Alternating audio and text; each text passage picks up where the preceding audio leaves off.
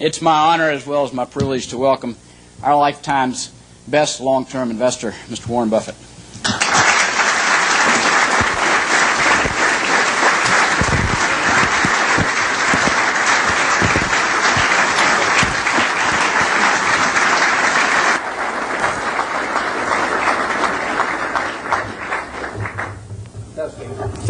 $1 million, $2 million, $3 million. Seems to be working. I'd like to just say a few words preliminarily, and then the highlight for me will be getting your questions in a few minutes, because I want to talk about what's on your mind. I urge you to throw hard balls. It's more fun for me if you put a little speed on the pitches as they come in. You can ask about anything except last week's Texas A&M game. That's off limits. We have a couple of men here from SunTrust. I was just up at the Coke meeting, and I sit next to Jimmy Williams there, who ran SunTrust for many years, and he wanted to be sure that I wore this SunTrust shirt down here. I've tried to get sponsorship on the senior golf tour. I haven't had much luck, but now on the Bankers tour, I'm doing a little bit better. And he says I get a percentage of the increase in deposits in Gainesville. So I'll go out for SunTrust, dear old SunTrust. I would like to talk for just 1 minute to the students about your future when you leave here, because you're going to learn a tremendous amount about investments, and you'll learn enough to do well. You've all got the IQ to do well. You've all got the initiative and energy to do well, or you wouldn't be here. And most of you will succeed in meeting your aspirations. But in determining whether you succeed, there's more to it than intellect and energy. And I'd like to talk for just a second about that. In fact, there was a fellow that Pete Kiewit in Omaha used to say that he looked for 3 things in hiring people. Look for integrity, intelligence, and energy. And he said if that person didn't have the first 2, that the latter 2 would kill him. Because if they don't have integrity, you want them dumb and lazy. You don't want them smart and energetic. And I'd really like to talk about that first one, because we know you've got the second 2. And to play along with me in a little game for just a second, in terms of thinking about that question. You've all been here, I guess almost all of your second-year MBAs, and you've gotten to know your classmates. And think for a moment that I granted you the right to buy 10% of one of your classmates for the rest of his or her lifetime. Now you can't pick one with a rich father; that doesn't count. I mean, you've got to pick somebody who's going to do it on their own merit. And I gave you an hour to think about it. Which one are you going to pick among all your classmates as for the one you want to own 10% of for the rest of their lifetime? Are you going to give them an IQ test? Pick the one with the highest IQ? I doubt it. Are you going to pick the one with the best grades? I doubt it. You're not even going to pick the most energetic one necessarily, or the one that displays the most initiative. But you're going to start looking for qualitative factors in addition, because everybody's got enough brains here and enough energy. And I would say that if you thought about it for an hour and decided who you're going to place that bet on, you'd probably pick the one who you responded the best to, because the one that was going to have the leadership qualities, the one that was going to be able to get other people to carry out their interests. And that would be the person who was generous and honest and who gave credit to other people even for their own ideas, all kinds of qualities like that. And you could write down those qualities that you admire in this other person, whoever you admire most in the class. And then I would throw in a hooker. I would say, as part of owning 10% of this person, you had to agree to go short 10% of somebody else in the class. That's more fun, isn't it? And you think, well, now who do I want to go short of? And again, you wouldn't pick the person with the lowest IQ, you would start thinking about the person really who turned you off for one reason or another. I mean, they had various qualities, quite apart from their academic achievement, but they had various qualities. In the end, you shouldn't really want to be around them, and other people didn't want to be around them. And what were the qualities that lead to that? Well, there'd be a whole bunch of things, but it's the person who's egotistical, the person who's greedy, the person who's slightly dishonest, cuts corners, all of these qualities. And you could write those down on the right-hand side of the page. And when you look at that, I don't know which one I'm using. Can you hear me okay with this? Yeah, fine. Yeah. Your microphone on the side. Just back up. What do I do with it? It just came loose. Oh, it just came loose. Okay. You can see why I avoid technology. Chewing gum is about as far as I get. As you looked at those qualities on the left and right-hand side, there's one interesting thing about them. It's not the ability to throw a football 60 yards. It's not the ability to run the 100-yard dash in 9.3. It's not being the best-looking person in the class. They're all qualities that if you really want to have the ones on the left-hand side, you can have them. I mean, they're qualities of behavior, temperament, character that are achievable. They're not forbidden to anybody in this group. And if you look at the qualities on the right-hand side, the ones that you find turn you off in other people, there's not a quality there that you have to have. If you have it, you can get rid of it, and you can get rid of it a lot easier at your age than you can at my age, because most behavior is habitual, and they say the chains of habit are too light to be felt until they're too heavy to be broken. And there's no question about it. I see people with these self-destructive behavior patterns at my age or even 10 or 20 years younger, and they really are entrapped by them. They go around and they do things that turn off other people right and left, and they don't need to be that way, but by a certain point they get so they can hardly change it. But at your age, you can have any habits, any patterns of behavior that you wish. It's simply a question of which you decide, and why not decide the ones that, I mean, if you like, Ben Graham did this, and Ben Franklin did it before him, but Ben Graham in his low teens looked around and he looked at the people he admired, and he said, I want to be admired, so why don't I just behave like them? And he found there was nothing impossible about behaving like them.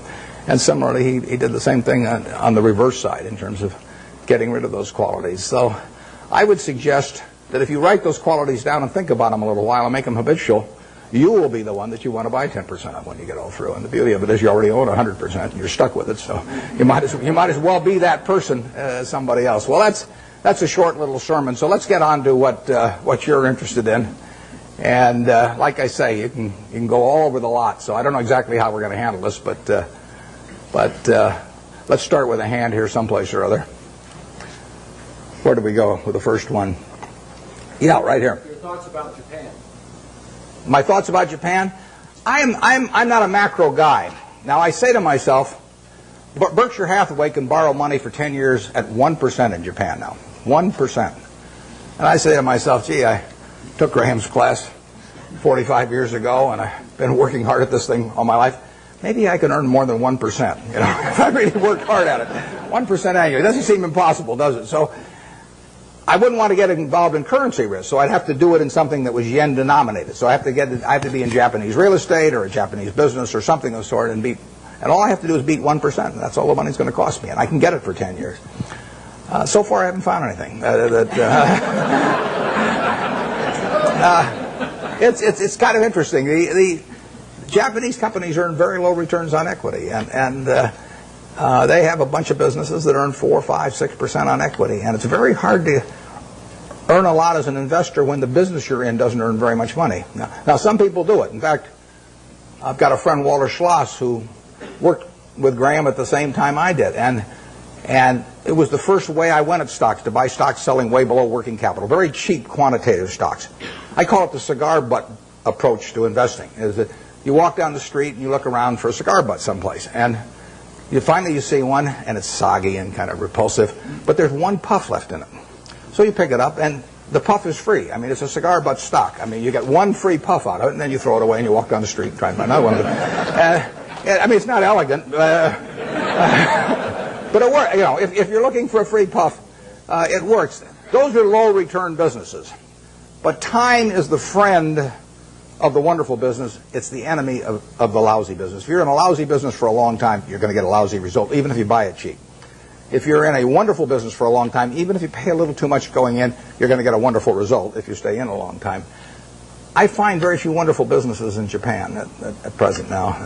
They may change the culture in some way so that managements get more stockholder responsive over there and returns are higher. But at the present time, you'll find a very lot of low-return businesses, and that was true even when the Japanese economy was booming. I mean, it's amazing. They had an incredible market without incredible companies.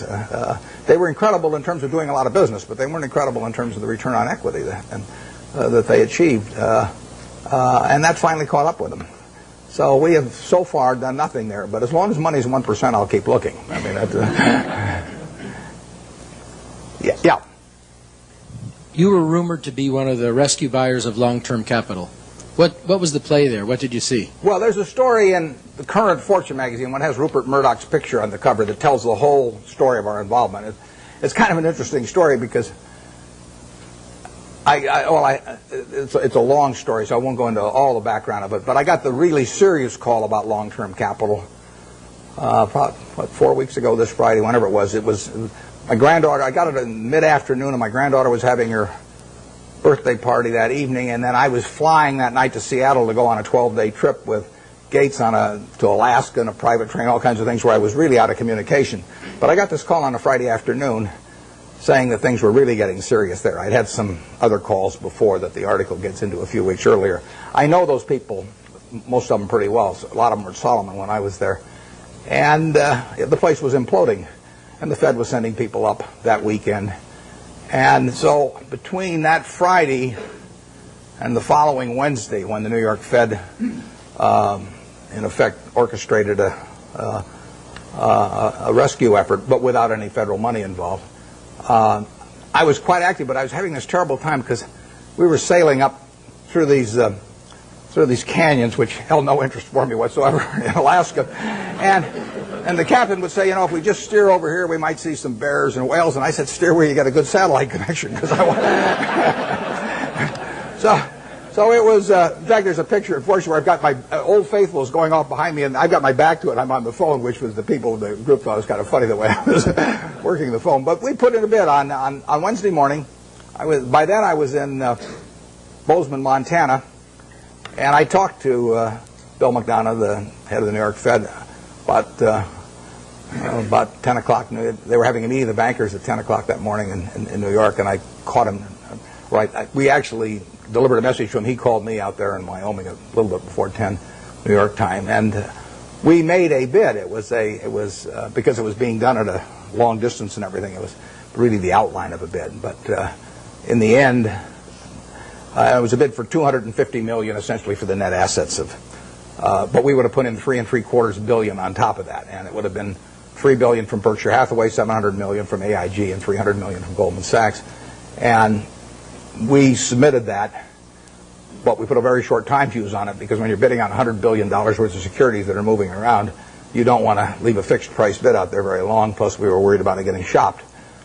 In the end, the bankers made the deal, and but it was an interesting period. The whole long-term capital management, and I hope most of you are familiar with it, but the whole story is really fascinating, because if you take John Merriweather and Eric Rosenfeld, Larry Hillenbrand, Greg Hawkins, Victor Agani, the two Nobel Prize winners, Merton and Scholes, if you take the 16 of them, they probably have as high an average IQ as any 16 people working together in one business in the country, including at Microsoft or wherever you want to name. So there's an incredible amount of intellect in that room. Now you combine that with the fact that those 16 had extensive experience in the field they were operating. I mean, this was not a bunch of guys who had made their money, selling men's clothing and then all of a sudden went into the securities business or anything. They'd had in aggregate, the 16 had probably had 350 or 400 years of experience doing exactly what they were doing. And then you throw in the third factor, that most of them had virtually all of their very substantial net worths in the business. So they had their own money up, hundreds and hundreds of millions of dollars of their own money up, super high intellect, working in a field they knew, and essentially they went broke. And that to me is absolutely fascinating. I mean, if I ever write a book, it's going to be called Why Smart People Do Dumb Things. My partner says it should be autobiographical, but this might be an interesting illustration. And these are perfectly decent guys. I respect them, and they helped me out when I had problems at Solomon, and so they're not bad people at all. But to make money they didn't have and didn't need, they risked what they did have and did need. And that's foolish. That is just plain foolish. It doesn't make any difference what your IQ is. If you risk something that is important to you for something that is unimportant to you, it just does not make any sense. I don't care whether the odds are 100 to 1 that you succeed or 1,000 to 1 that you succeed. If you hand me a gun with 1,000 chambers, 1,000,000 chambers in it, and there's a bullet in one chamber, and you said, put it up your temple, how much do you want to be paid to pull it once? I'm not going to pull it. You can name any sum you want, but it doesn't do anything for me on the upside, and I think the downside's fairly clear. So I'm not interested in that kind of a game, and yet people do it financially and without thinking about it very much. There was a great book. It wasn't a great book. It was a great title. It was a lousy book written once with a great title by Walter Gutman. The title was "You Only Have to Get Rich Once." Now, that seems pretty fundamental, doesn't it? What difference if you've got $100 million at the start of the year and you're going to make 10% if you're unleveraged and 20% if you're leveraged 99 times out of 100? What difference does it make at the end of the year whether you've got 110 million or 120 million? Makes no difference at all. I mean, if you die at the end of the year, the guy that writes up the story may make a typo and he may say 110 even if he had 120. So you've got nothing at all. It makes absolutely no difference. It makes no difference to your family. It makes no difference to anything. And yet the downside, particularly managing other people's money, is not only losing all your money, but it's disgrace and humiliation and facing friends whose money you've lost and everything.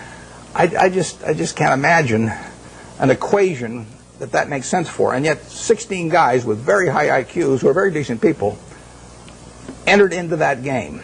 And I think it's madness, and it's produced by an over-reliance to some extent on things. Those guys would tell me back when I was at Solomon, that a 6 Sigma event wouldn't touch us, or a 7 Sigma event, but they were wrong. I mean, their history does not tell you the probabilities of future financial things happening, and they had a great reliance on mathematics, and they felt that the beta of the stock told you something about the risk of the stock. It doesn't tell you a damn thing about the risk of the stock, in my view. And Sigmas do not tell you about the risk of going broke, in my view, and maybe in their view now too. But I don't like to even use them as an example because they are. I mean, the same thing in a different way could happen to any of us probably, where we really have a blind spot about something that's crucial because we know a whole lot about something else. It's like Henry Kaufman said the other day. He said the people who are going broke in this situation are just two types: the ones who knew nothing and the ones that knew everything. And it's sad in a way. I urge you, in anything, we never basically borrow money. I mean, we get float through our insurance business and to do things, but I never borrowed money. I never borrowed money when I had $10,000 basically, because what difference did it make? I was having fun as I went along, and it didn't make any difference whether I had $10,000 or $1 million or $10 million. Except if I had a medical emergency or something had come along like that. But I was going to do the same things when I had a lot of money as when I had very little money. If you think about the difference between me and you in terms of how we live, we wear the same clothes basically. SunTrust gives me mine, but you. So we wear the same clothes. We eat. We all have a chance to drink the juice of the gods here. But we all go to McDonald's, or better yet, Dairy Queen, and we live in a house that's warm in winter and cool in summer, and we watch Nebraska, Texas A&M on a big screen. You see it the same way I see it. We do everything. Our lives aren't that different. You'll get decent medical care if something happens to you, and I'll get decent medical care. The only thing we do is we travel differently. I ride around this little plane, and I love it. And that takes money. But if you leave that aside, we travel differently. But other than travel, I think about it. Think, what can I do that you can't do? Now, I get to work in a job that I love, but I've always worked in a job I love. I loved it when I loved it just as much when it was a big deal if I made $1,000. And I urge you to work in jobs you love. I mean, I think you're out of your mind if you keep taking jobs that you don't like because you think it'll look good on your resume. I was with a fellow at Harvard the other day who was taking me over to talk, and he was 28, and he was telling me about what he'd done in life, which was terrific. And then I said, "What are you going to do next?" And he said, "Well," he said, "after I get out my MBA," he said, "I think maybe I ought to go to work for a management consulting firm because it'll look good on my resume." And I said, "Wait a second, you've been 28, you've been doing all these things. I mean, you've got a resume that's 10 times as good as anybody I've ever seen it already." I said, "If you take another job you don't like, I said, isn't that a little like saving up sex for your old age? There comes a time when you ought to just start doing what, So, I think I got the point across to him. But you ought to take a job. When you get out here, take a job you love. Don't take a job that you think is going to look good on your resume. Take a job you love. You may change it later on, but you'll jump out of bed in the morning. I mean, when I got out of Columbia, the first thing I tried to go to work for Graham immediately. I offered to go to work for him for nothing. He said I was overpriced, but I kept pestering him. I went out to Omaha and I sold securities for 3 years, and I kept writing him and giving him ideas and doing all these things. Finally, I went to work for him for a couple of years, and it was a great experience. But I always really worked in a job. I worked in a job that I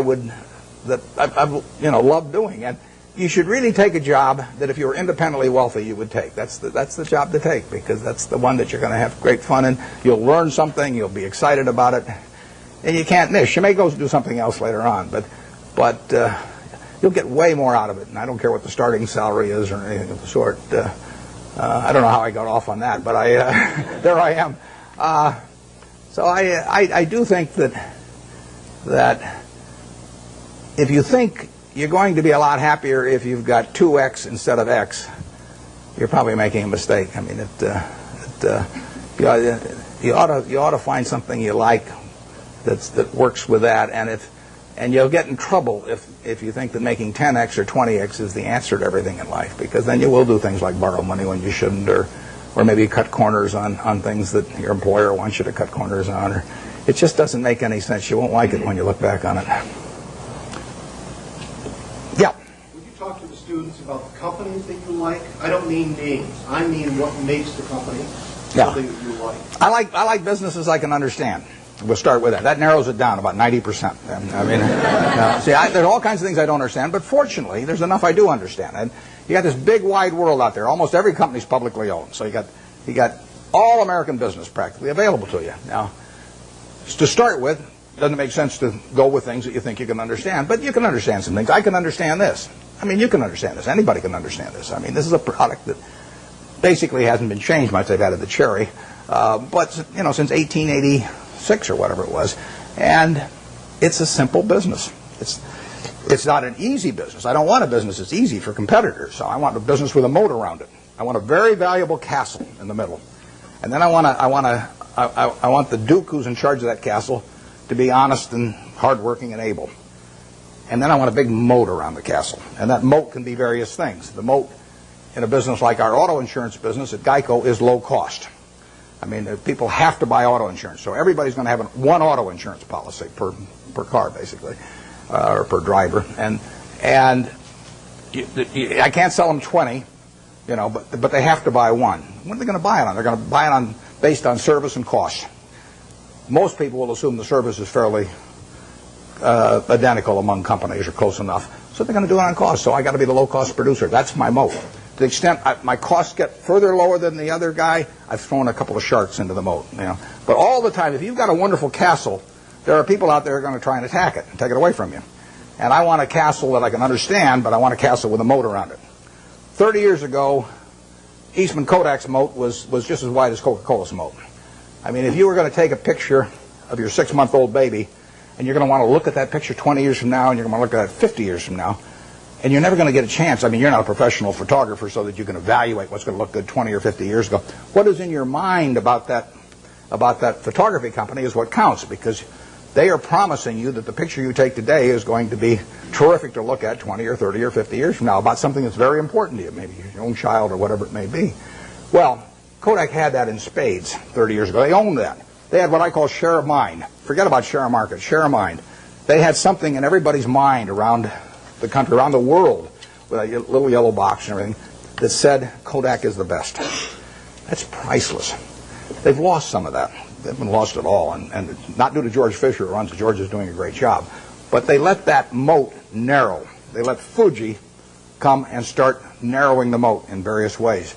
They let them get into the Olympics and take away that special aspect that only Kodak was fit to photograph the Olympics. So Fuji gets there, and immediately in people's minds, Fuji becomes more and a parity with Kodak. You haven't seen that with Coke. Coke's moat is wider now than it was 30 years ago. You can't see the moat day by day, but every time the infrastructure gets built in some country that isn't yet profitable for Coke but will be 20 years from now, the moat is widening a little bit. Things are all the time changing that mode in one direction or the other. 10 years from now, you can see the difference. Our managers of the businesses we run, I've got one message to them, which is to widen the moat. And we want to throw crocodiles and sharks and everything else, gators, I guess, into the moat to keep away competitors. And that comes about through service. It comes about through quality of product. It comes about through cost. It comes about sometimes through patents. It comes about through real estate location. So that's the business I'm looking for. Now, what kind of businesses am I going to find like that? Well, I'm going to find them in simple products, because I'm not going to be able to figure out what the moat's going to look like for Oracle or Lotus or Microsoft 10 years from now. I mean, Gates is the best businessman I've ever run into, and they've got a hell of a position, but I really don't know what that business is going to look like 10 years from now. And I certainly don't know what his competitors' businesses are going to look like 10 years from now. Now, I'll name one I don't own. I know what the chewing gum business is going to look like from 10 years from now. I mean, the internet is not going to change how we chew gum. And nothing much else is going to change how we chew gum. And then are there going to be lots of new products? Is it really, our spearmint and juicy fruit and all those going to evaporate? So it isn't going to happen. You give me $1 billion and tell me to go in the chewing gum business and try and make a real dent in Wrigley's, I can't do it. And that's the way I think about business. I say to myself, give me $1 billion and how much can I hurt the guy? Give me $10 billion. Give me $10 billion and how much can I hurt Coca-Cola around the world? I can't do it. Well, those are good businesses. Now give me some money and tell me to hurt somebody in some other fields and I can figure out how to do it. So I want a simple business, easy to understand, great economics now, honest and able management, and then I can see about, in a general way, where they're going to be 10 years from now. And if I can't see where they're going to be 10 years from now, I don't want to buy it. Basically, I don't want to buy any stock where if they close the New York Stock Exchange tomorrow for 5 years, I won't be happy owning it. I buy a farm and I don't get a quote on it for 5 years, and I'm happy if the farm does okay. I buy an apartment house, don't get a quote on it for 5 years, I'm happy if the apartment house produces the returns that I expect. But people buy a stock and they look at the price the next morning and they decide whether they're doing well or not doing well. It's crazy, because they're buying a piece of a business. That's what Graham, the most fundamental part of what he taught me. You're not buying a stock, you're buying a part ownership in a business. You will do well if the business does well, and if you didn't pay a totally silly price. And that's what it's all about. And you ought to buy businesses you understand. Just like if you're buying farms, you ought to buy farms you understand. It's not complicated. Incidentally, in calling this Graham Buffett, I mean, it's just pure Graham. I was very fortunate because I picked up a book when I was 19. I got interested in stocks when I was about 6 or 7, and I bought my first stock when I was 11, but I was playing around with all this stuff. I had charts and volume, and I'm making all kinds of technical calculations and everything. And then I picked up a little book, and it just said that you're not buying some little ticker symbol that bounces around every day. You're buying a part of a business. And as soon as I started thinking about it that way, everything else followed. Very simple. So we buy businesses we think we can understand. There's no one here that can't understand the Coca-Cola company. I would say there's no one here that can understand some new internet company. And I said at the annual meeting this year that if I were teaching a class in business school, on the final exam, I would pass out the information on an internet company and ask each student to value it. And anybody that gave me an answer, I'd flunk. I don't know how to do it.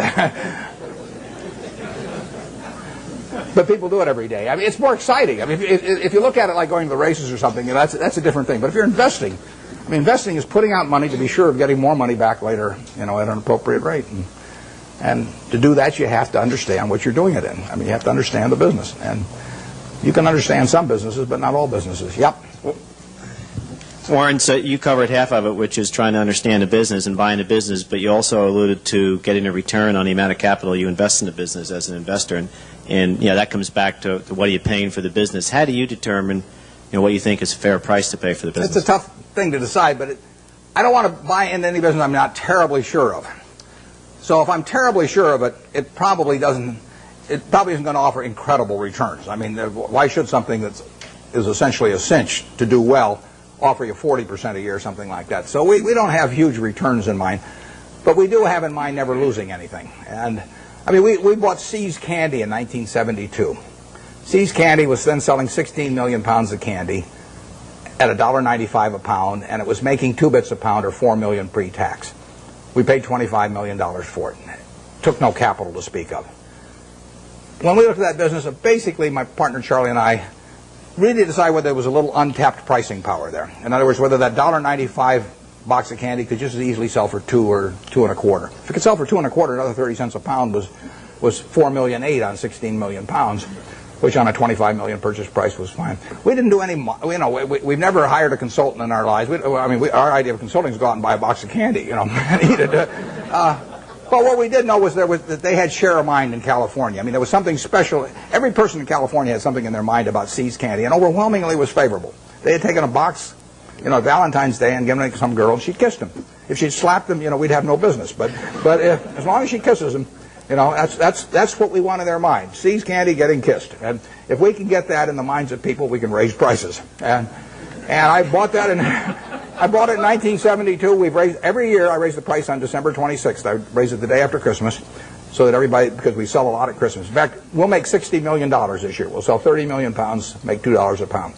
Same business, same formulas, same everything. $60 million still doesn't take any capital, and we'll make more money 10 years from now. But of that $60 million, we make about $55 million in the 3 weeks before Christmas. And our company song is "What a Friend We Have in Jesus." I mean, it is.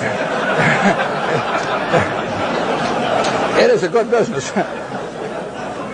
But the important thing about that business is, think about it a little. Most people don't buy boxed chocolates to consume themselves. They buy them as gifts.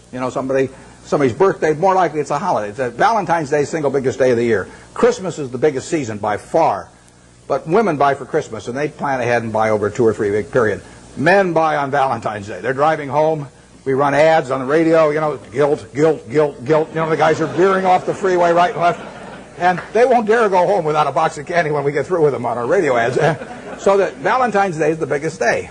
But can you imagine going home on Valentine's Day, and our See's candy is now $11 a pound, thanks to my brilliance. And let's say there's candy available at $6 a pound. But do you really want to walk in on Valentine's Day and your wife's got all these favorable images of the See's candy over the years, and she sees you, and that's the way she thinks of you during the rest of the year when you really behave kind of badly. And you walk in and say, "Honey, this year I took the low bid," and then hand her a box of candy. I mean, it just isn't going to work. So, in a sense, there's untapped price. It's not price dependent, basically.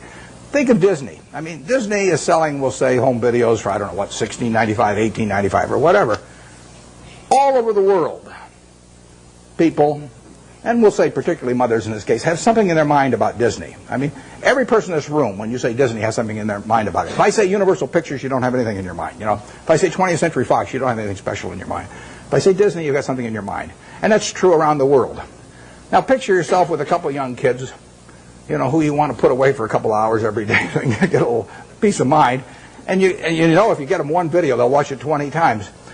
So you go to the video store or wherever you buy the video. Are you going to sit there and premiere, 10 different videos and watch them each for an hour and a half to decide which one your kid should watch? No. I mean, let's say there's one there for $16.95 and the Disney's there for $17.95.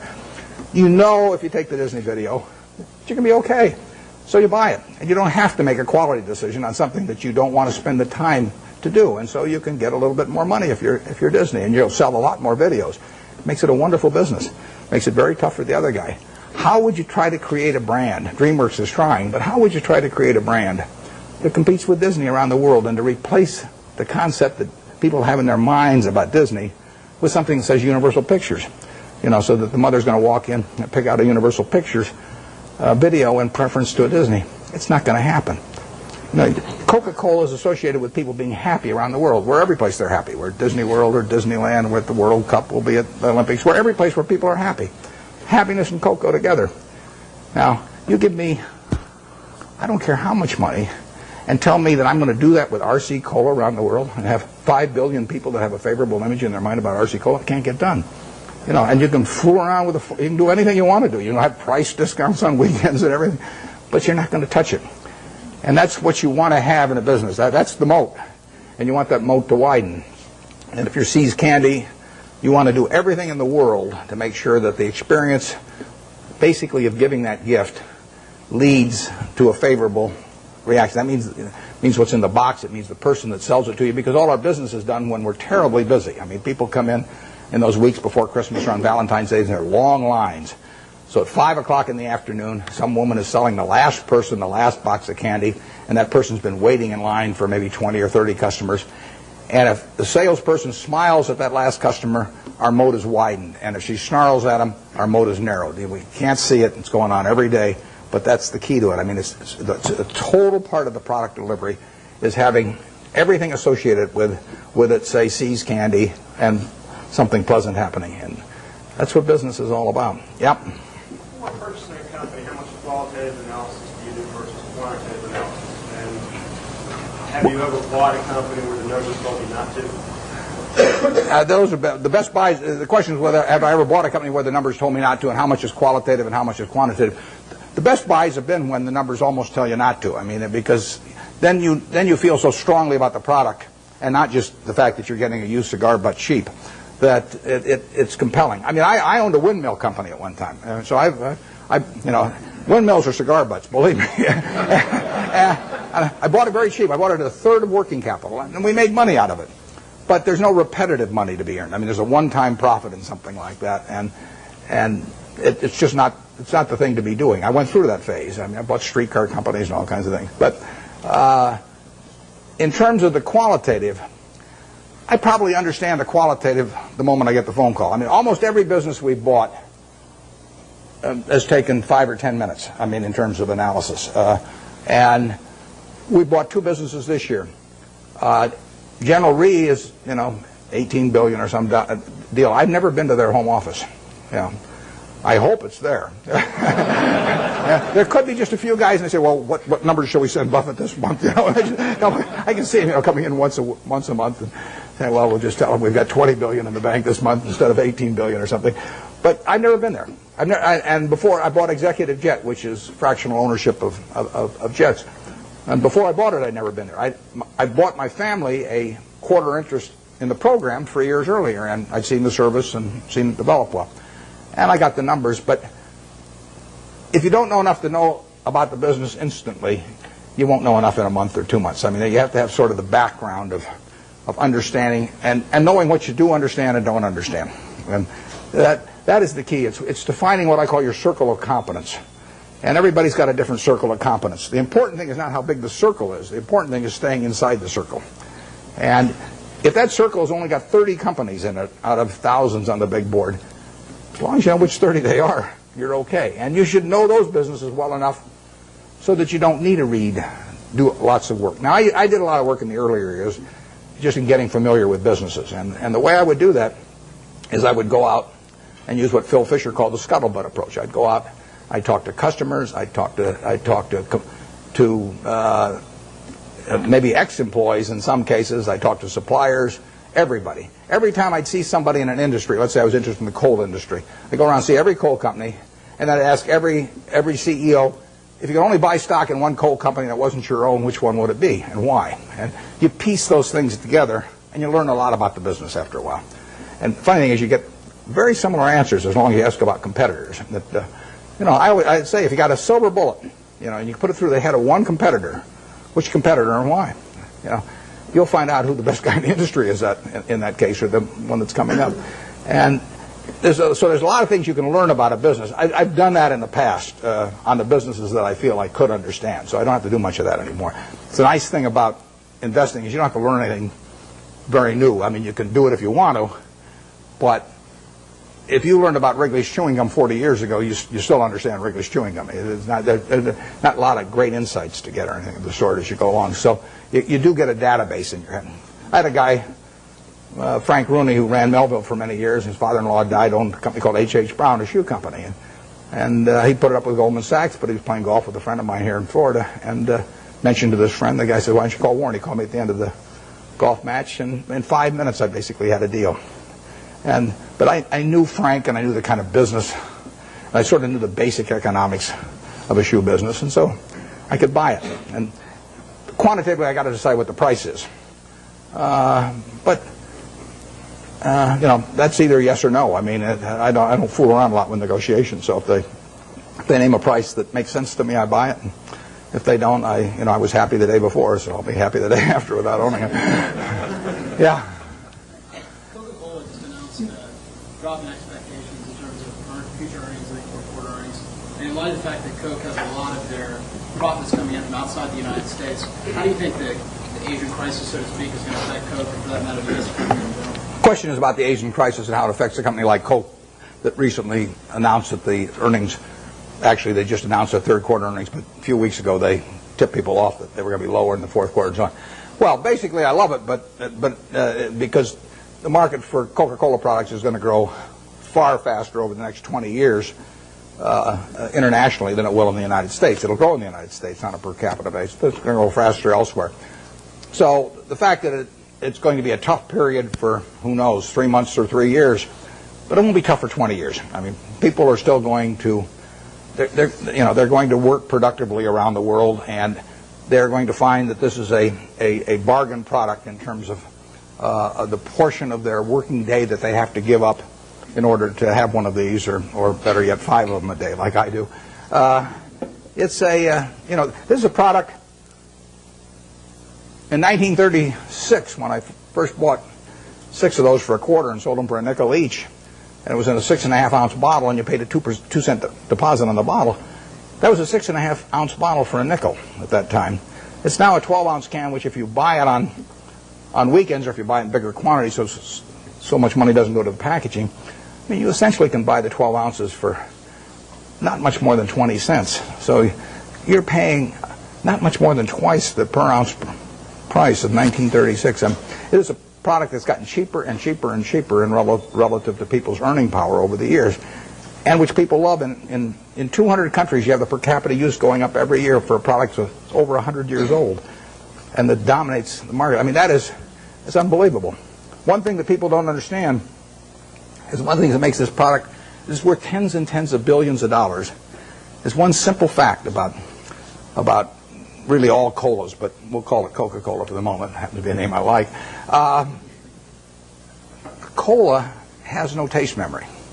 You can drink one of these at 9 o'clock, 11 o'clock, 3 o'clock in the afternoon, 5 o'clock. The one at 5 o'clock will taste just as good to you as the one you drank early in the morning.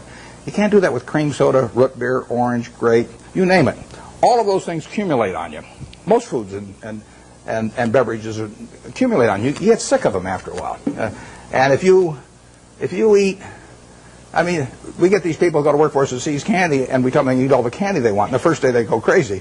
But after a week, they're eating about the same amount they'd eat if they were buying it, because chocolate accumulates on, everything accumulates on. There is no taste memory to cola. And that means that you get people around the world that are heavy users that'll drink 5 a day, or Diet Coke, maybe 7 or 8 a day, or something of the sort. They'll never do that with other products. So you get this incredible per capita consumption. The average person in this part of the world, well, maybe a little north of here, drinks about 64 ounces of liquid a day. And you can have all 64 ounces of that be Coke, and you will not get fed up with Coke if you like it to start with, in the least. But if you do that with almost anything else, if you eat just one product all day, you'll get a little sick of it after a while, and it's a huge factor. So that today, over 1 billion 8-ounce servings of Coca-Cola products will be sold in the world, and that will grow year by year. It'll grow in every country virtually, and it'll grow on a per capita basis, and 20 years from now, it'll grow in a lot faster internationally than in the U.S. So I really like that market better, because there is more growth there over time. But it will hurt them it is hurting them in the short term right now. But that doesn't mean anything. I mean, Coca-Cola went public in, I think it was 1919. Stock sold for $40 a share. It went back before that as a Candler family, and they went back. They bought it for $2,000, the whole business. Asa Candler back in the late 1880s in a couple of purchases. So now he goes public in 1919, $40 a share. 1 year later, it's selling for $19, gone down 50% in 1 year. Now you might think that's some kind of disaster, and you might think that sugar prices increased and the bottlers were rebellious and a whole bunch of things. You could always find a few reasons why that wasn't the ideal moment to buy it. Years later, you'd have seen the Great Depression, and you'd have seen World War II, and you'd seen sugar rationing, and you'd seen thermonuclear weapons, and the whole thing. There's always a reason. But in the end, if you'd bought one share for $40 and reinvested the dividends, it'd be worth about $5 million now. And that factor so overrides anything else. I mean, if you're right about the business, you'll make a lot of money. And the timing part of it is a very tricky thing. So I don't worry about any given event if I've got a wonderful business. What it does to next year or something of the sort. Their price controls have been in this country at various times, and that's followed up even the best of businesses. I mean, I wouldn't be able to raise the price on December 26th of See's Candy if we had price controls, and we've had them in this country. But that doesn't make it a lousy business if that happens to happen, because you're not going to have price controls forever. We had them in the early 70s.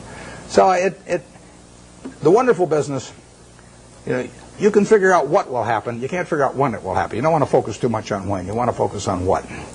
If you're right about what, you don't have to worry about when very much. Is there an area I'm missing back there any place? I just want to make sure I'm not focusing all of them on one place. Let me get this gentleman over here. Most human mistakes, but the most successful of those will learn lessons from those mistakes and use them to benefit themselves later. What investment mistakes have you made or that you feel that you made, and how can you use those lessons? The question is about my business mistakes. How much time do you have? Well, the interesting thing about the mistakes is that in investments, at least for me and for my partner Charlie Munger, the biggest mistakes have not been mistakes of commission, they've been mistakes of omission. They're where we knew enough about the business to do something, and for one reason or another, we sat there sucking our thumbs instead of doing something. And so we've passed up things where we could have made billions and billions of dollars from things we understood. Forget about things we don't understand. In fact, I could make billions out of Microsoft. Doesn't mean anything because I never understand Microsoft. But if I can make billions out of healthcare stocks, then I should make it, and I didn't. When the Clinton healthcare program was proposed and they all went in the tank, we should have made a ton of money out of that because I could understand it. And I didn't make it. I should have made a ton of money out of Fannie Mae back in the mid '80s because I understood it and I didn't do it. Those are billion-dollar mistakes or multi-billion-dollar mistakes that generally accepted accounting principles don't pick up. The mistakes you see, I made a mistake buying U.S. Air Preferred some years ago. I mean, I had a lot of money around. I make mistakes when I get cash. Charlie tells me to go to a bar instead. Don't hang around the office. But I hang around the office and I got money in my pocket. I do something dumb. And it happens every time. So I bought this thing. Nobody made me buy it. I now have a 800 number I call every time I think about buying stock in an airline, and they talk me down. They say, I say, well, I'm Warren, I'm an airaholic, and then the guy says, keep talking, don't hang up, and don't do anything rash. And finally, I get over it. But I bought it, and it looked like we were going to lose all our money in that, and we came very close to losing all our money, and you can say we deserved to lose all our money, and we bought it because it was an attractive security, but it was not in an attractive business. I did the same thing with Solomon.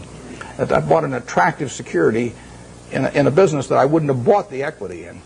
So you can say that that's one form of mistake, buying something because you like the terms when you don't like the business that well. And I've done that in the past and probably do it again.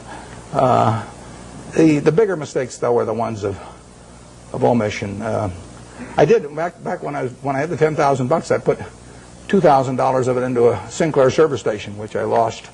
So my opportunity cost on that's about $6 billion right now. Fairly big mistake. Yeah, it makes me feel good when Berkshire goes down then because the cost of my Sinclair station goes down too. My 20% opportunity cost. But I will say this: you talk about learning from mistakes.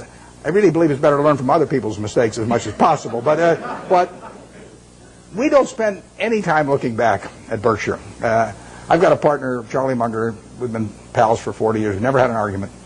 We disagree on things a lot, but we don't have arguments about it, and we never look back. We just figure there's so much to look forward to that there's just no sense thinking about what we might have. It just doesn't make any difference. I mean, you can only live life forward, and you can learn something perhaps from the mistakes, but the big thing to do is stick with the businesses you understand. And so if there's a generic mistake of getting outside of your circle of competence and buying something because somebody tips you on it or something of the sort in an area you don't know anything about, I mean, that you should learn something from that, which is that you stay with what you can figure out yourself.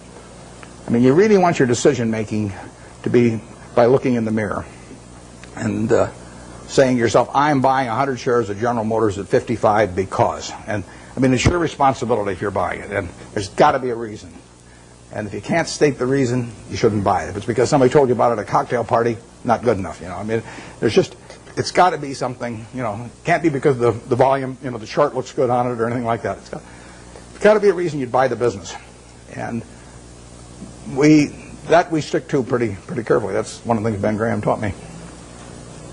Yeah.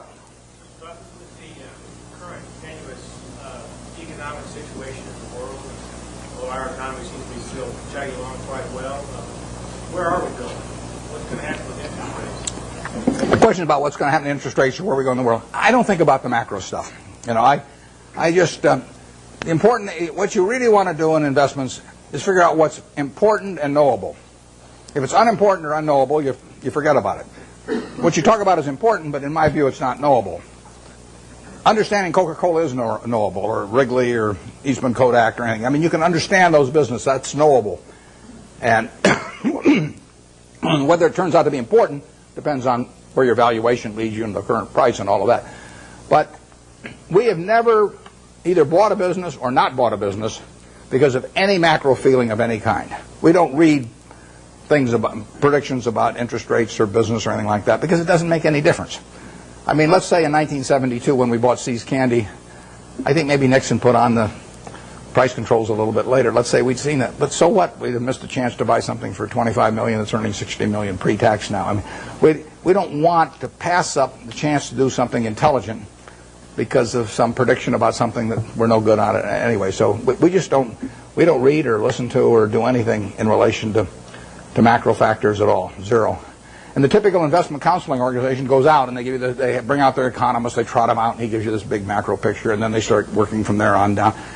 In our view, that's nonsense. And if Alan Greenspan was on one side of me and Bob Rubin on the other side, they were both whispering in my ear exactly what they're going to do the next 12 months. It wouldn't make any difference to me in what I pay for executive jet or general reinsurance or anything else I do. Yeah. What's the benefit of being an out-of-towner from Wall Street as an investor? Well, What's the benefit of being an out-of-towner as opposed to being in Wall Street? I worked in Wall Street for a couple of years, and I like. I've got my best friends actually, and I'm on both coasts, and I like seeing them, and I get ideas when I go there. But the best way to think about investments is to be in a room with no one else and just think.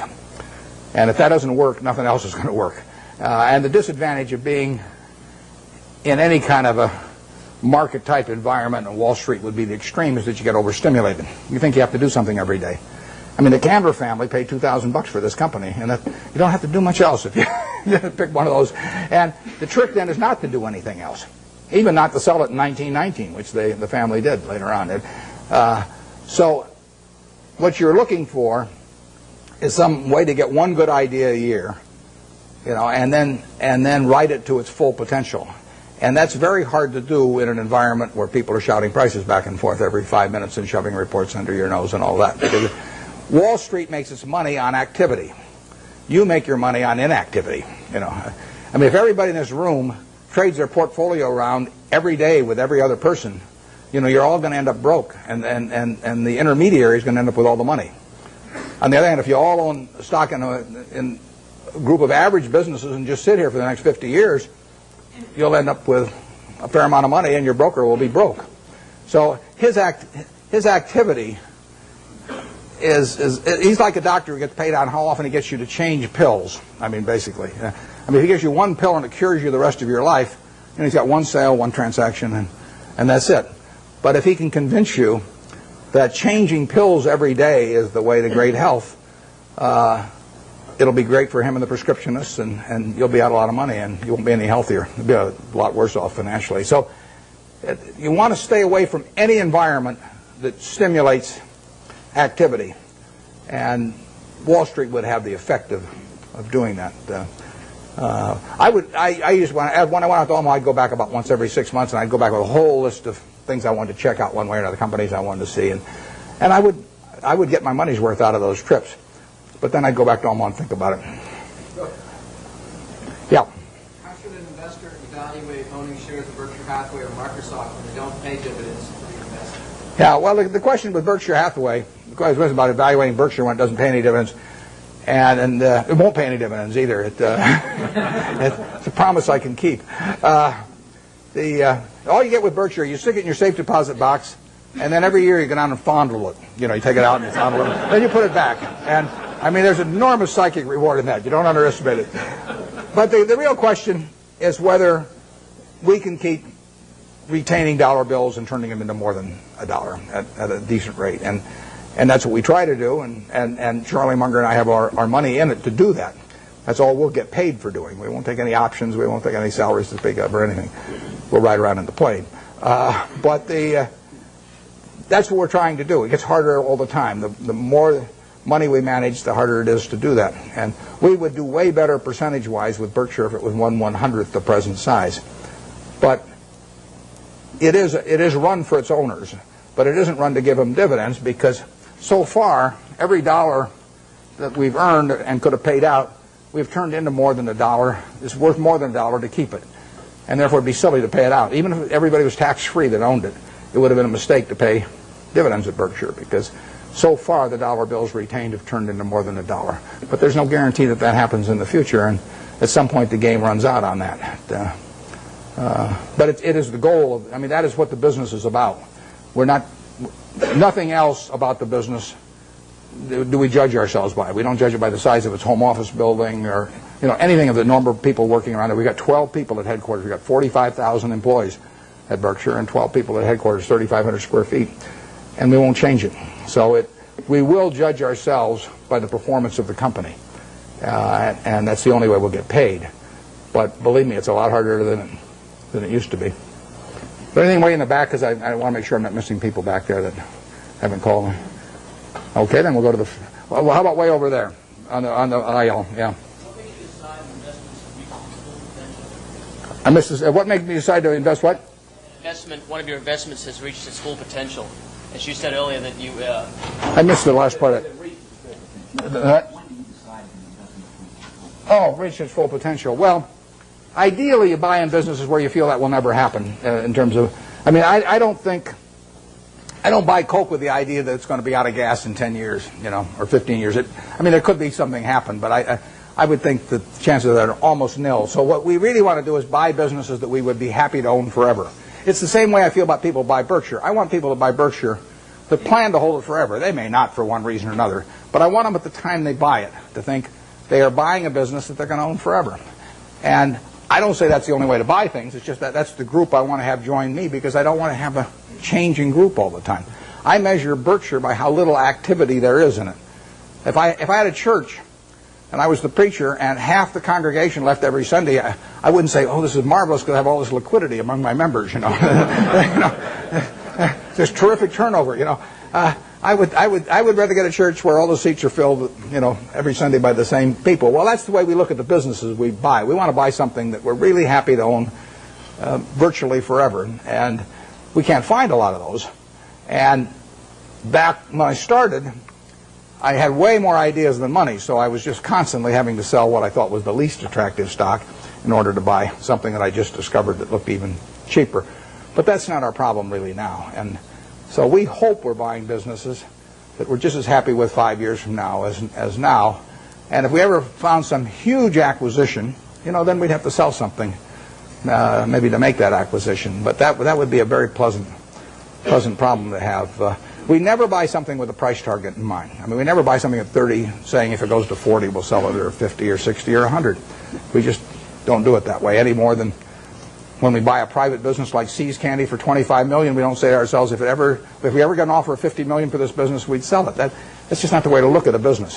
The way to look at a business is this going to keep producing more and more and more money over time? And if the answer to that is yes, you don't need to ask any more questions. Yeah, way back there. Those same principles in mind, what was your motivation for taking a piece of Solomon and similarly long-term capital? And how did you come up with the valuation? Well, Solomon, like I said, I went into that because it was a 9% security in 1987, September 1987. The Dow was up 35% that year. We'd sold a lot of stuff, and I had a lot of money around. It looked to me like we were never going to get a chance to do anything. So I took an attractive security for him in a business I would never buy the common stock of. And I went in because of that, and I think that's generally a mistake. It worked out okay finally on that, but it's not what I should have been doing. I either should have waited, in which case I could have bought more Coca-Cola a year later or thereabouts, or I should have even bought Coke at the prices it was selling at then, even though it was selling at a pretty good price at the time. So that was a mistake. On long-term capital, we have learned other businesses that are associated with securities over the years. And, I mean, one of them is arbitrage. I've done arbitrage for 45 years, and Graham did it for probably 30 years before that. And that's a business, unfortunately, I have to be near a phone for, and I have to really run out of the office myself, because it requires being more sort of market attuned, and I don't want to do that anymore. So unless a really big arbitrage situation came along that I understood, I won't be doing much of that. But I've probably been in 300 arbitrage situations at least in my life, maybe more. And it was a good business, perfectly good business. Long-term capital has a bunch of positions. They got tons of positions, but the top 10 are probably 90% of the money that's at risk. And I know something about those 10 positions. I don't know everything about them by a long shot, but I know enough where I would feel okay at a big discount going in, and we would have the staying power to hold it out. We might lose money on something like that, but the odds are with us. That's a game that I understand. There's a few other positions we have that aren't that big because they can't get that big, but they could involve yield curve relationships or on the run, off the run governments or things like that are just things you learn over time if you're around securities markets. They're not the base of our business. Probably on average, they've accounted for a half a percentage point of our return a year, or 3/4 of a percentage point a year of our return. They're little pluses that you get for actually having just been around a long time and learning a little bit about it. Not the first arbitrage I did, but one of the first arbitrages I did involved a company where they were offering cocoa beans in exchange for their stock. That was in 1955. And I bought the stock, turned in the stock, got warehouse certificates for cocoa beans, and they happened to be a different type. They were trading in the New York Cocoa Exchange, but there was a basis differential in my favor, and I sold them. I mean, that's just something that I was around at the time, so I learned about. Hasn't been a cocoa bean deal since. 40-odd years. I've been waiting for another cocoa bean deal. I haven't seen it, but it's there in my memory if it ever comes along. And that long-term capital is that on a big scale. Yep.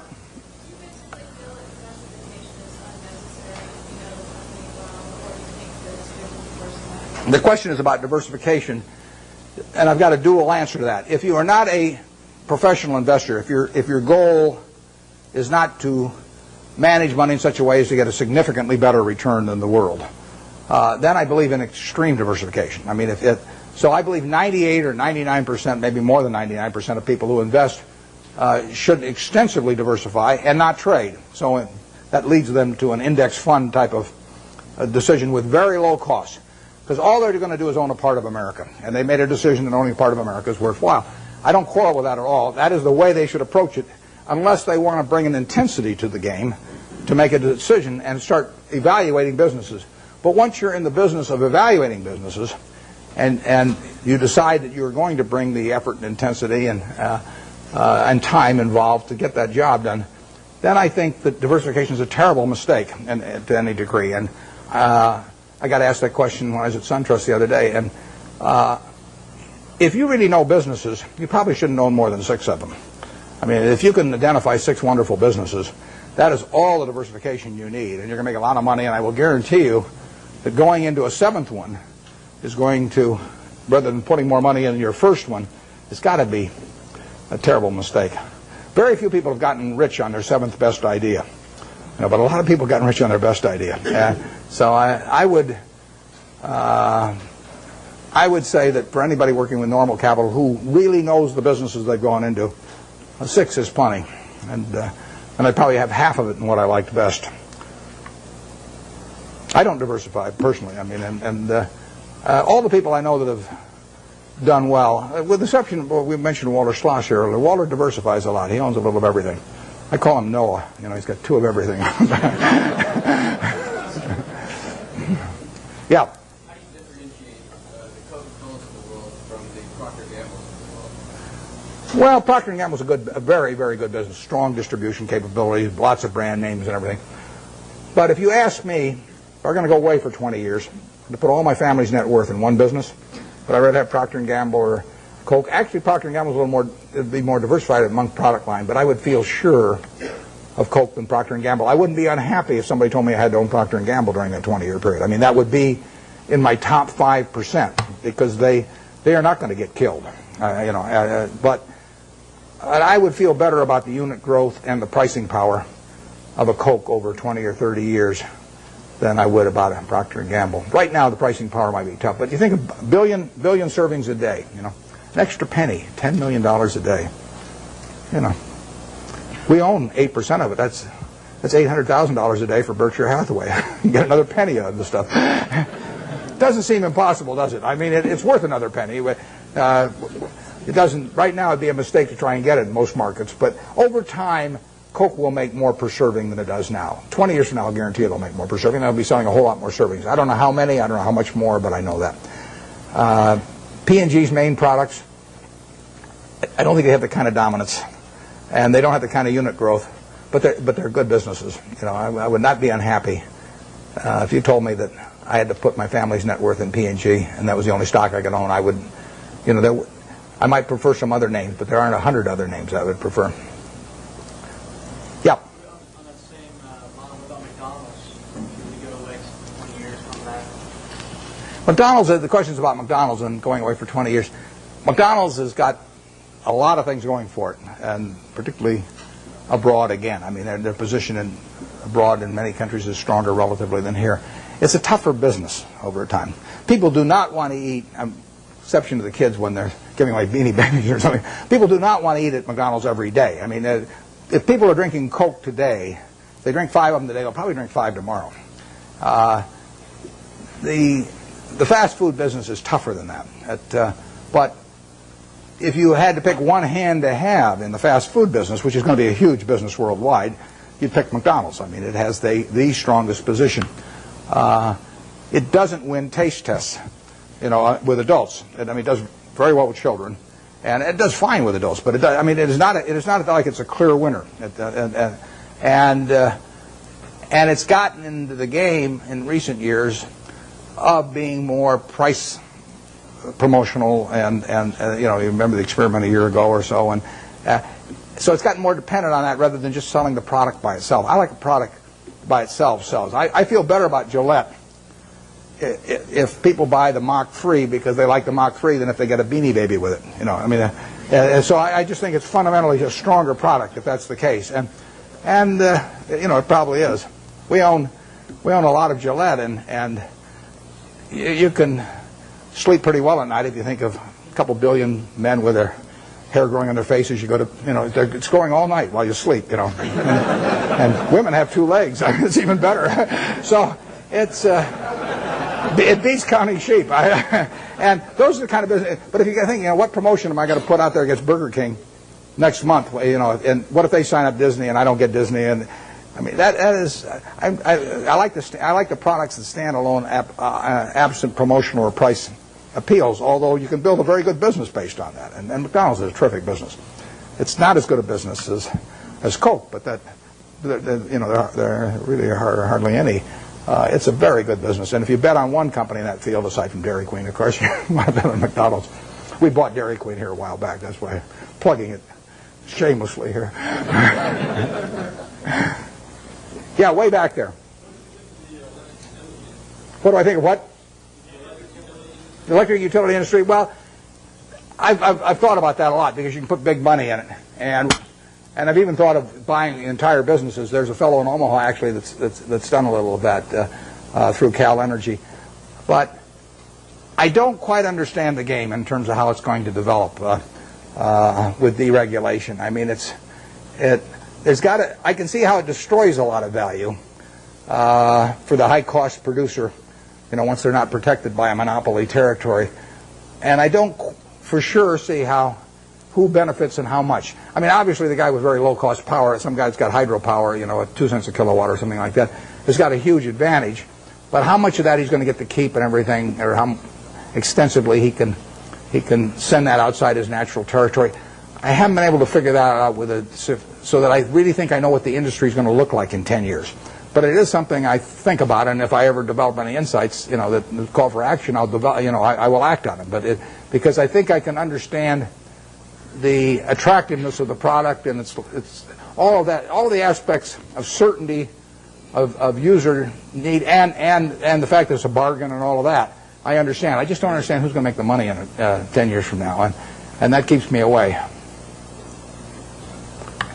Yeah. Why do you think that the market has favored the large cap blue chip stocks over the small cap stocks over the next couple of years? The question is large caps versus small caps, and why large caps overperform. I don't know the answer to that. We don't think we don't care whether companies large cap, giant cap, middle cap, small cap, micro cap. It doesn't make any difference. I mean, the only question to us is, can we understand the business? Do we like the people running it? And does it sell for a price that is attractive? From my personal standpoint, running Berkshire now, because we've got pro forma for Gen Re, I don't know what we have, maybe 75 or 80 billion dollars to invest, and I only want to invest in about 5 things. So I'm really limited to very big companies. But if I were investing $100,000, I wouldn't care whether something was large cap or small cap or anything. I would just look for businesses I understood. Now,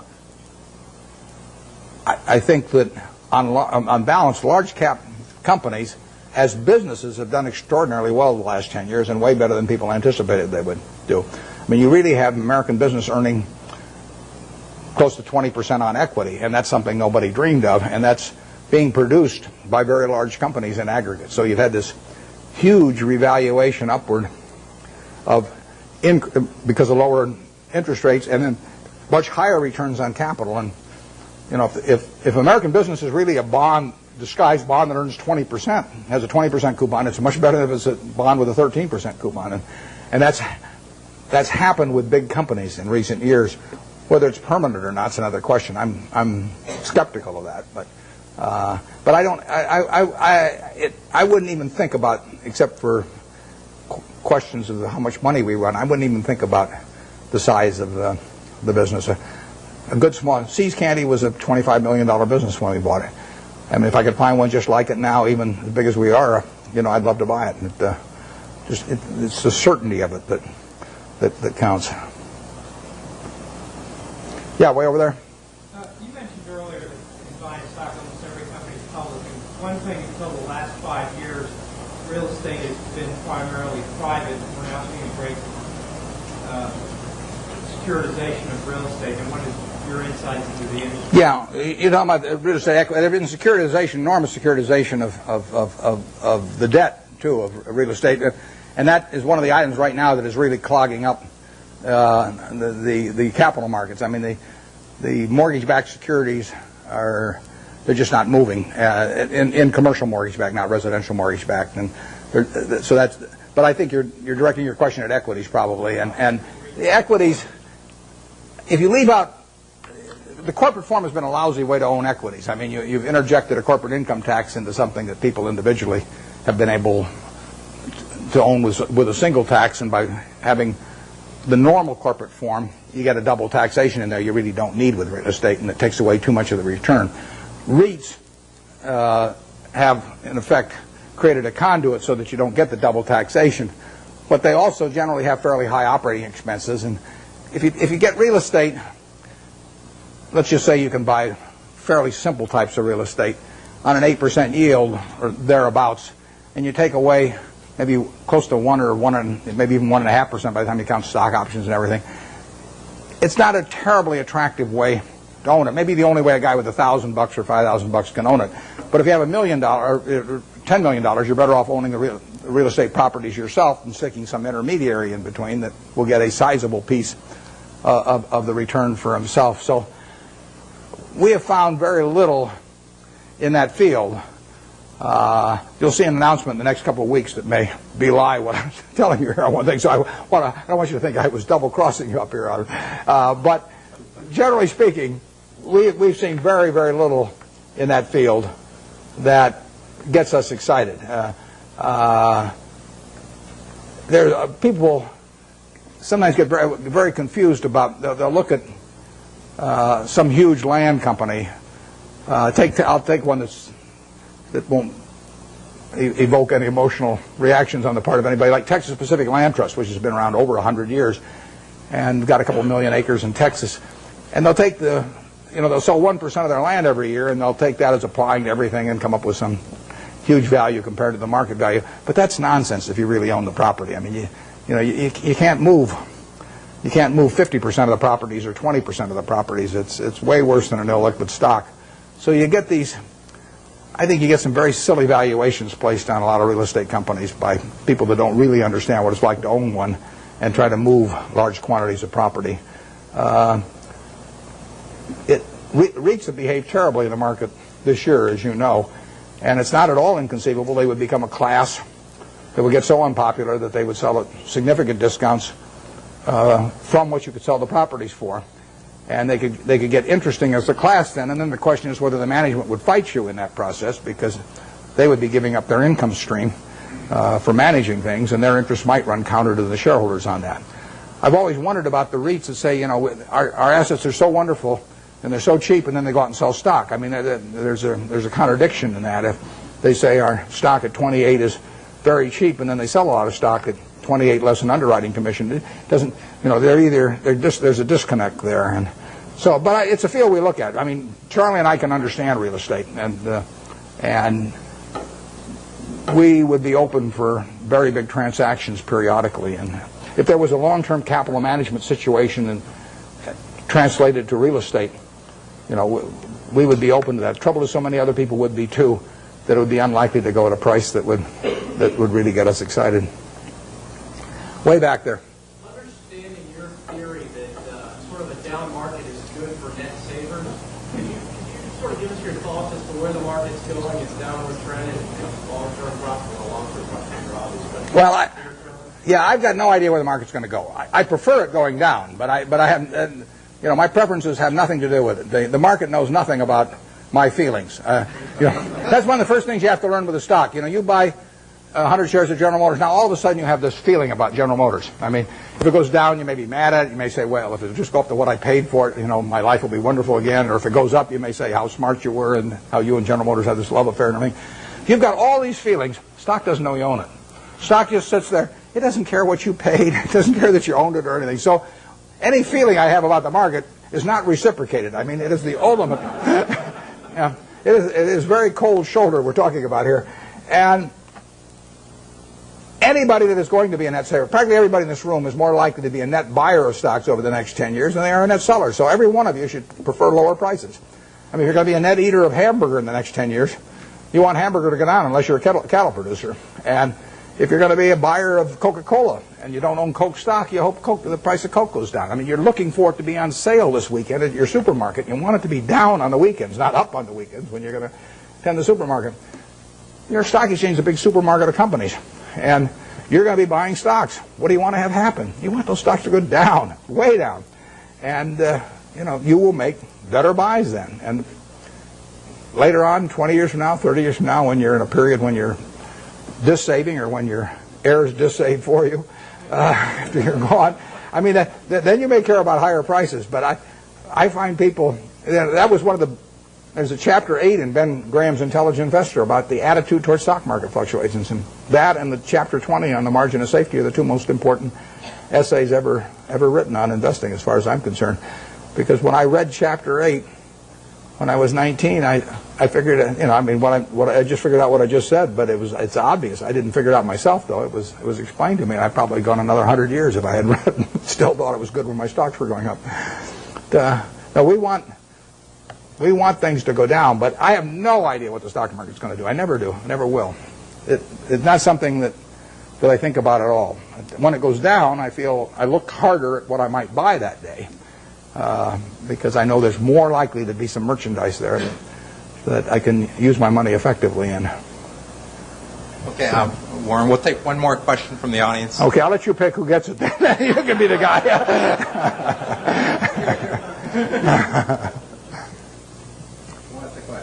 Right back there. If you live it again, study your life again, then what would you like to do to have a happier life? Yeah, I would say, and this is going to sound disgusting. The question is, what would I do if I were going to live over again and have a happier life? The only thing I might do is select a gene pool where people live to be 120 or something that I came from. But I've been extraordinarily lucky. I mean, I use this example. I'll take a minute or two because I think it's worth thinking about a little bit. Let's just assume that it was 24 hours before you were born, and a genie came to you, and he said, Herb, you look very promising, and I've got a big problem. I've got to design the world in which you're going to live. And he said, I've decided, the hell with it, it's too tough. You design it. So you've got 24 hours. You figure out what the social rules should be, the economic rules, the governmental rules, and you're going to live under those, and your kids are going to live under them, and their kids are going to live under. And you say, I can design anything? And Genie says, yeah, you can do it. And you say, well, there must be a catch. He says, well, there is a catch. You don't know whether you're going to be born black or white, rich or poor, male or female, infirm or able-bodied, bright or retarded. All you know is you're going to take one ball out of a barrel that's got 5.8 billion. You're going to participate in what I call the ovarian lottery. You're going to get one ball out of there. And that is the most important thing that's ever going to happen to you in your life, because that is going to control whether you're born here or in Afghanistan, or whether you're born with an IQ of 130 or an IQ of 70. It's going to determine a whole lot. And you're going to go out of the world and you're going to have that ball. Now, what kind of a world do you want to design? Well, I think that's a good way to look at social questions, because not knowing which ball you're going to get, you're going to want a ball that you're going to want design a system that's going to produce lots of goods and services, because you're going to want people on balance to live well. And you're going to want it that produces more and more, so your kids live better than you do and your grandchildren live better than the kids. But you're also going to want a system that, if it does produce lots of goods and services, does not leave behind a person that accidentally got the wrong ball and is not well wired for this particular system. See, I'm ideally wired for the system I fell into here. I mean, I came out and I got something that enables me to allocate capital. You know, nothing so wonderful about that. If all of us were stranded on a desert island, you know, we all landed there and we're never going to get off of it, the most valuable person would be the one that could raise the most rice, you know, over time. And you know, I could say, well, I can allocate capital. You know, how about paying Neil? And you wouldn't get very excited about that. So I am in the right place. I mean, Gates says if I'd been born, you know, a few million years ago, I'd been some animal's lunch. You know, he says you can't run very fast, you can't climb trees, you can't do anything. You've just been chewed up in the first day. So he says you're lucky you were born today, and I am. But the question, getting back, one question you can ask yourself, incidentally, is here is this barrel with 5.8 billion balls. Everybody in the world. If you could put your ball back, and then they took out at random 100 other balls, and you had to pick one of those, would you put your ball back in? Now, those 100 balls that you're going to get out, roughly 5 of them will be American.